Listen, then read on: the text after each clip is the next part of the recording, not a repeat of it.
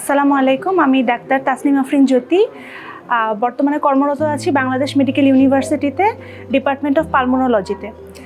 এইবার জানুয়ারি 26 সেশনে আমি আল্লাহর রহমতে ফেজে ফাইনালটা পাশ করেছি। ফেজে ফাইনালের জার্নি যদি বলি, এটা আমাদের একদম শুরু, জয়েনিং থেকেই আমাদের এই জার্নি শুরু। ফেজের একটা সৌন্দর্য আছে, এটা হচ্ছে বিভিন্ন ডিপার্টমেন্টে আমাদের রোটেশন থাকে।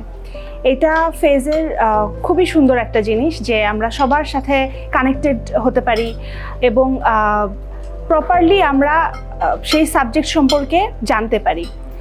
কিন্তু পরীক্ষাটা আসলে খুবই ভাগ্যেরও ব্যাপার অনেকটা, আর খুবই কঠিন একটা পরীক্ষা এটা, কারণ এখানকার যে পার্টগুলো আছে, রিটেন, অসপি এবং ক্লিনিক্যাল, সবগুলোতে আলাদা আলাদা পাশ করাটাও একটা চ্যালেঞ্জিং। তো আমি সিন্যাপসের সাথে যুক্ত হয়েছি পরীক্ষার 6 মাস আগে। তো এই 6 মাস থেকেই মূলত আমার প্রিপারেশন শুরু। সিন্যাপসের মেন্টররা খুবই হেল্পফুল ছিলেন এই ব্যাপারে।